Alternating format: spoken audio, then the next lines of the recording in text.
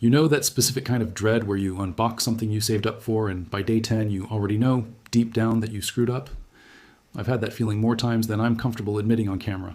So today I'm putting all of it on the table.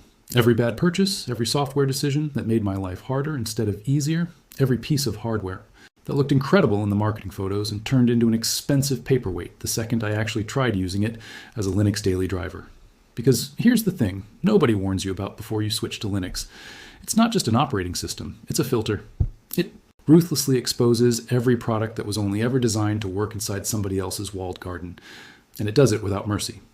So pour yourself a coffee, because I'm about to embarrass myself in front of however many of you are watching this. And honestly, a chunk of you already tried to warn me about some of this before I made these exact mistakes. I just didn't listen. Let's fix that. Let's start with the big one. The decision that is still costing me real money and real sanity every single day. Switching to an iPhone. Here's the backstory. I needed a phone with a genuinely competent camera for work, and at the time I could not find an Android option that checked every box. Good hardware, a screen under 6 inches, solid battery life, and full compatibility with a degoogled ROM.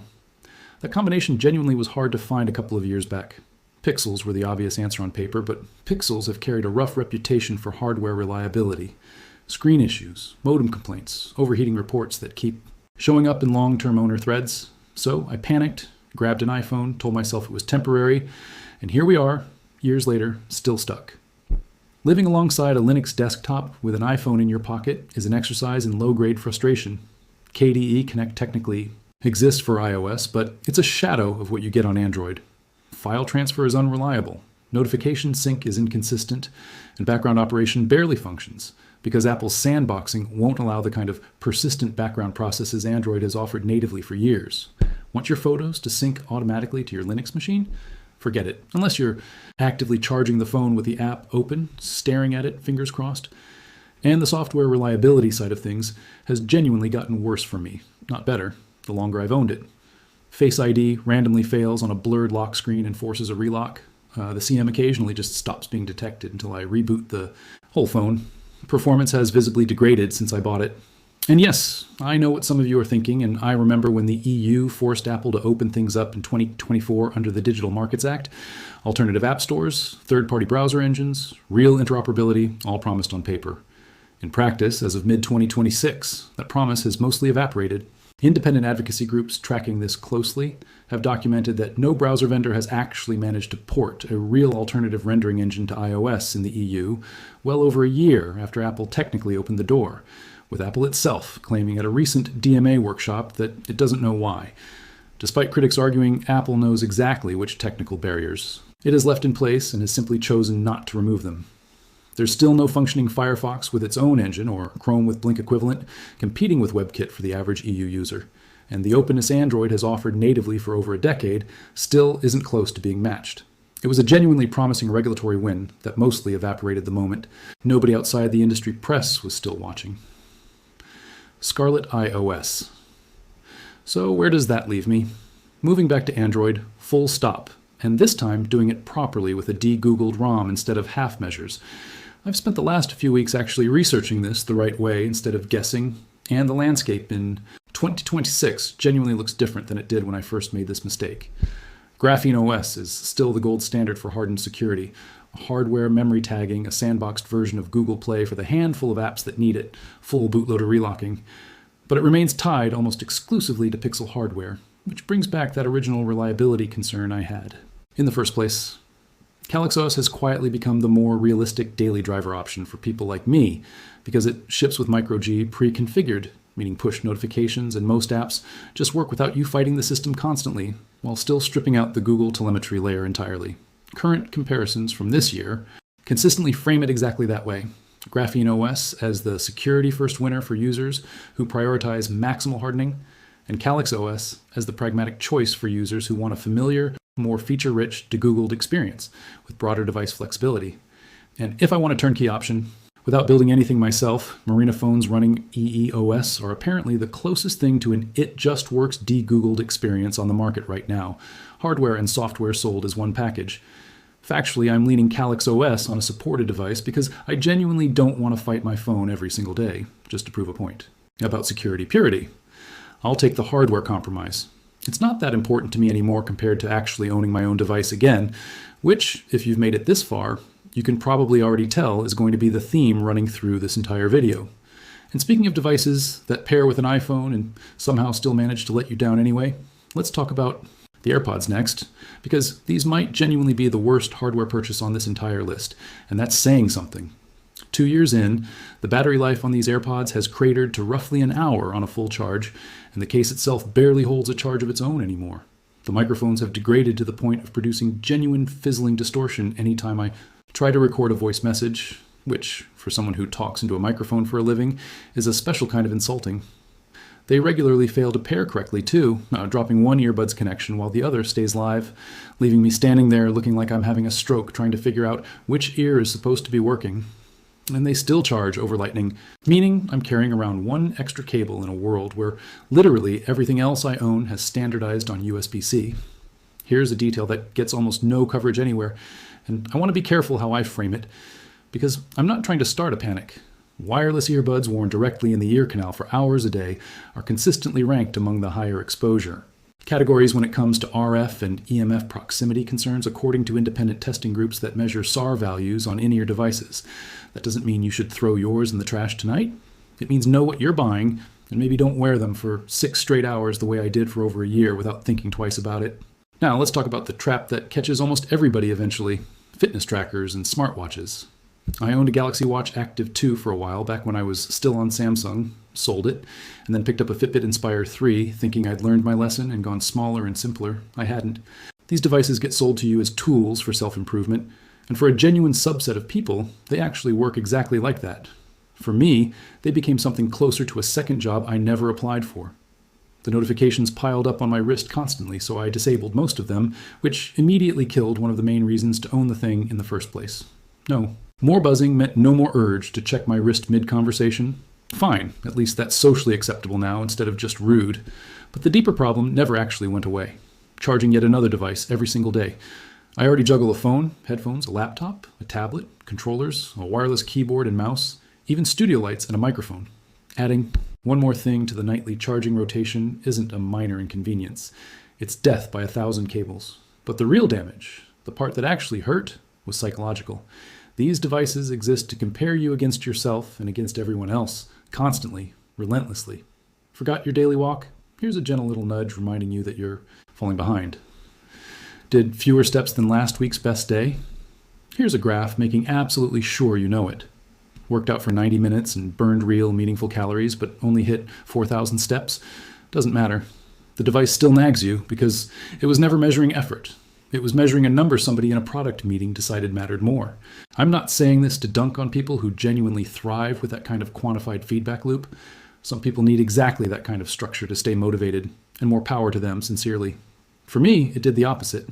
It slowly killed off whatever motivation I had left, turned exercise into a scoreboard I was constantly losing, and eventually I just stopped putting the watch on entirely. I sold the smartwatch outright and kept the Fitbit around purely as an alarm clock. Which, if you actually sit with that, means I paid full retail price for what is functionally a $10 alarm clock with extra guilt built in. Not a great trade by any reasonable accounting. If you're currently eyeing a smartwatch because you think it'll fix a motivation problem you've been carrying for a while, do yourself a genuine favor before you buy one, and actually ask whether you're someone who responds well to constant comparison metrics staring back at you from your own wrist. Because if you're not, you're about to buy yourself a very expensive source of low-grade guilt that vibrates. Now, let's shift gears completely, because the next mistake on this list has nothing to do with impulse buying or psychological traps. This one is a straight-up technical headache, and it might be the single biggest ongoing pain point in my entire workflow right now, in the middle of 2026, trying to run DaVinci Resolve on Linux as a serious daily editor. I want to be fair to the software up front, because the actual editor, the timeline, the color tools, the Fusion page, all of it is genuinely excellent when it's working. It's stable, it's fast, and Blackmagic keeps shipping serious updates, even if half of them lately seem to be AI features that nobody running a Linux box actually gets full functionality out of anyway. The problem isn't the editor itself. The problem is what it quietly does to your hardware choices the moment you're not running Windows anymore, and that's exactly where we're headed next. Now for a purchase that has nothing to do with compatibility issues and everything to do with me buying something because I built a fantasy use case for it in my head instead of actually having one. the Nintendo Switch. I told myself that Mario Kart nights and Mario Party sessions with nieces, nephews, and my wife would justify the purchase. And those nights genuinely are fun. They just happen maybe 3 or 4 times a year. That's nowhere near enough to justify the price of admission on its own. So I told myself I'd also dive into the big, single-player library everyone raves about. Breath of the Wild, Metroid Prime, Luigi's Mansion, Mario Odyssey. And look, I need to be honest here, even knowing this is going to upset some of you. I bounced off most of them hard. Breath of the Wild's open world is genuinely well designed, but weapon degradation, constant gear swapping, and cooking mechanics just aren't systems I enjoy engaging with, and I tapped out somewhere around the 5th shrine. Mario Odyssey is charming but essentially storyless, and I need narrative stakes to stay engaged with a game long term. Luigi's Mansion and Metroid Prime, though, genuinely excellent, no complaints there. But here's the kicker. I already owned a Steam Deck, and both of those games are perfectly emulable on hardware I already had sitting on my desk. So the honest accounting is that I spent real money on Switch hardware, before the original console's own well-publicized price hikes, on a machine that mostly sits next to my TV collecting dust. And it's worth mentioning where this timeline stands as of right now, because it's relevant if you're considering a Switch purchase yourself. Nintendo held the Switch 2's launch price at $449.99 through 2025, despite tariff pressure. But the accessories weren't so lucky. Pro controllers, Joy-Con pairs, docks, and cameras all saw price bumps of roughly 5 to 10% that same year. And just recently, Nintendo confirmed the Switch 2 itself is getting a permanent price increase starting September 1st, 2026, which the company has attributed to shifting economic conditions rather than tariffs specifically. Most analysts point to the same soaring RAM and hardware component costs that have been squeezing the entire PC and console industry this year. If you've been on the fence about one, that's context worth having before you commit to the same fantasy use case I bought into. Last on the regret list is an iPad mini, specifically the redesign that dropped the home button for a full edge-to-edge screen. My reasoning at the time felt airtight, something small enough to read books on, watch the occasional video, do light work on the go, and relax on the couch without lugging a full-size laptop around. In practice, it turned out to be mediocre at literally every one of those tasks. When I actually travel, the screen is too small to comfortably watch anything for long stretches. So I end up bringing my laptop anyway because I inevitably do a little work while traveling regardless. For reading at night next to my sleeping wife, even the display's lowest brightness and dark mode setting throws off enough light to wake her up, which sent me back to physical paper books, which, unexpectedly, I now prefer anyway, for how they feel and smell. Outdoors in direct sunlight, the screen is borderline unreadable unless you crank brightness all the way up, which drains the battery down to roughly 2 hours of realistic use, nowhere near enough for a lazy afternoon out. And on the actual couch, there's a visible wobble to the screen when you scroll that instantly makes the whole device feel cheaper than what I paid for it. Looking back, honestly, the real mistake wasn't the device itself, it was the reasoning behind buying it. I bought a product to manufacture a use case instead of already having a use case that genuinely needed a product to fill it. And I think this is one of the most common traps in all of consumer tech, not just for Linux users specifically, but for anyone who watches enough gadget content. You see something sleek and new, imagine a version of your life where you'd use it constantly, and buy it before ever testing whether that imagined version of your life is actually real. If you weren't already reading on the go before owning the tablet, buying the tablet doesn't magically create the habit. It just creates a very expensive object sitting in a drawer. So stepping back and looking at everything across this whole video, what's the actual through line here? Honestly, most of these mistakes fall into 2 separate buckets. The first is classic impulse buying dressed up as research. The smartwatch, the Switch, the iPad, all purchases where I convinced myself of a lifestyle I didn't actually have yet, and none of them are specifically Linux problems. They're just universal consumer tech traps that catch almost everyone eventually. The second bucket is the one that actually matters most if you're seriously using Linux day-to-day ecosystem lock-in disguised as a good product. The iPhone is a perfectly fine phone in isolation. DaVinci Resolve is a genuinely excellent editor in isolation, but neither one respects the way I actually work, because neither was built with a Linux first workflow anywhere near its design priorities, and pretending otherwise for years cost me real time, real money, and honestly a decent chunk of sanity trying to force compatibility. That was never really there